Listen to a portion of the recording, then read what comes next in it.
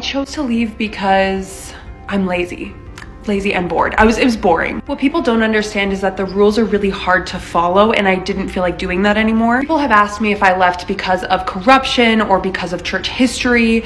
What they don't understand is that wearing tank tops is really fun, and I wanted to do that.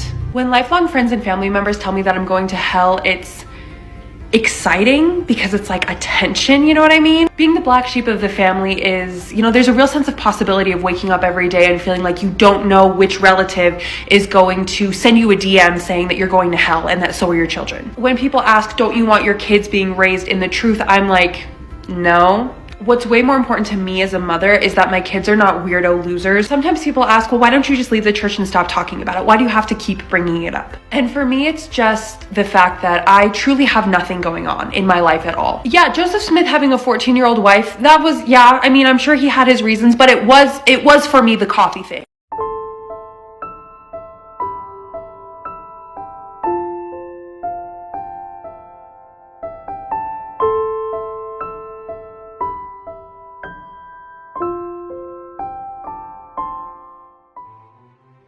So I do think we need to have this conversation about what respecting religion looks like, especially from those who have left their religion.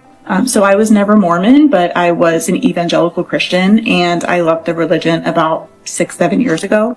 First of all, I just want to clarify that leaving a religion usually isn't a choice. It's more of a result of deconstructing beliefs and ideas that sort of led to then a disbelief in what you originally believed in. And in the process of unpacking all of these beliefs, there comes a lot of trauma that surfaced. And I think you already touched on this.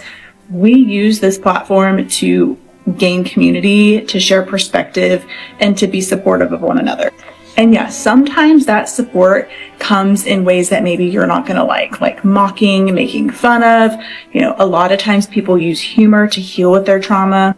And I will say, as somebody who was in evangelical Christian for the majority of my life, we are now in a place in our life where we refuse to be tone police. We refuse to follow any more rules that did not serve us.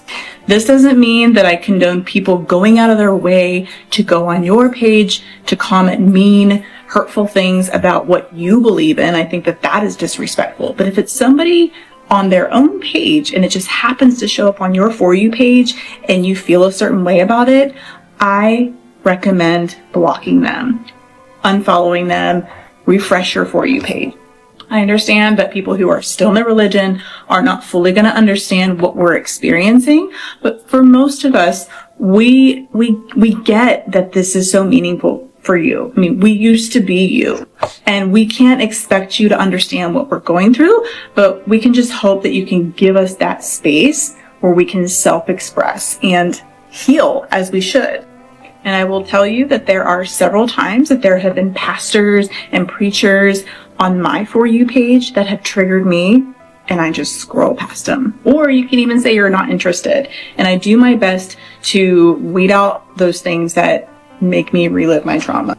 I can't expect everybody to agree with these ground rules, but I think maybe you should think about what social media is for people and that most people aren't trying to be rude and hurtful. Reasons why I left the church. Number 1, I could not pass along the abusive, codependent Father in heaven that I was raised with to my children. And a father who was sad when you did something wrong, and a father who was angry when you did something wrong, even though he was supposed to be all loving and all knowing. Somehow I was manipulated into doing certain things because of fear of disappointment of this all-powerful, omniscient being.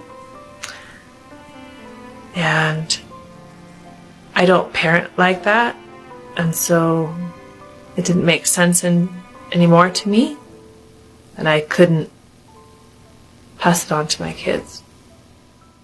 One of the biggest reasons why people are leaving the church is due to leadership preaching false doctrine. And this is a huge contributing factor to church hurt. I find it funny how leadership within the church, when it comes to the topic of church hurt, they talk about things like gossip or, pastors misusing funds or pastors saying something that offends somebody and then they leave. They're able to take accountability for these things happening. But when it comes to taking accountability for false doctrine being preached, that's a different story. And the thing is that people are catching on. People are going home and reading their word and realizing that this false doctrine is being preached. So those people leave the church.